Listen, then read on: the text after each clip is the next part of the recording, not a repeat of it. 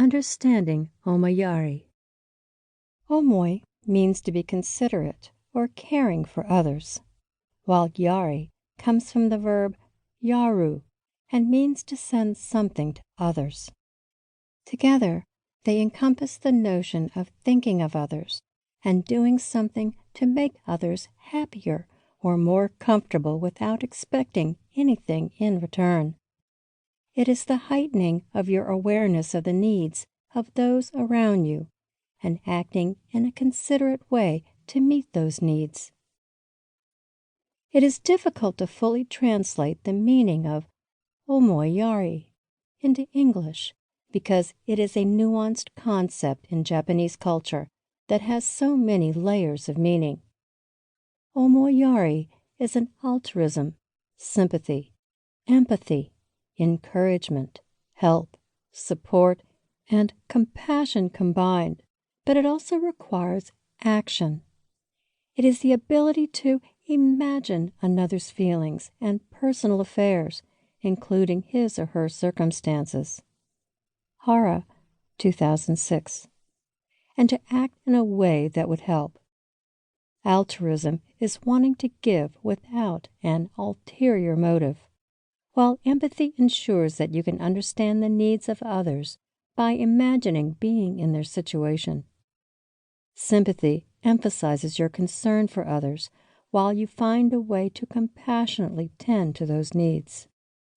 But more than considering and doing, omoiyari means that you do not expect anything in return for your thoughts or actions. It is a form of selfless compassion from which you should not expect any rewards or have any ulterior motives.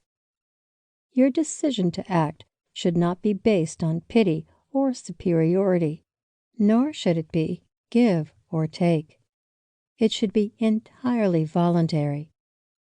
You should not expect or anticipate gratitude or reciprocation. In fact, performing the action for gain is the complete antithesis of omoiyari.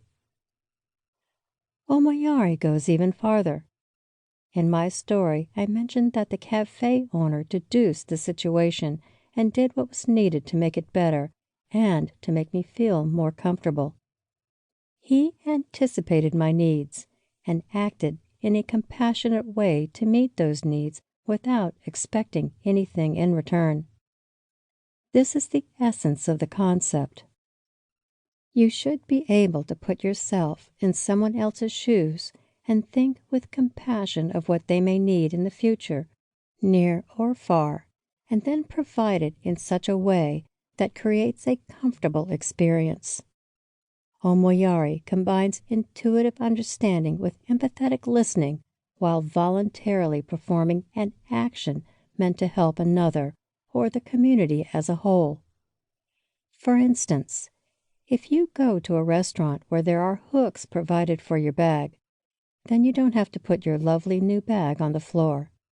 It's not exactly necessary, but it does make you feel better and makes your experience more enjoyable.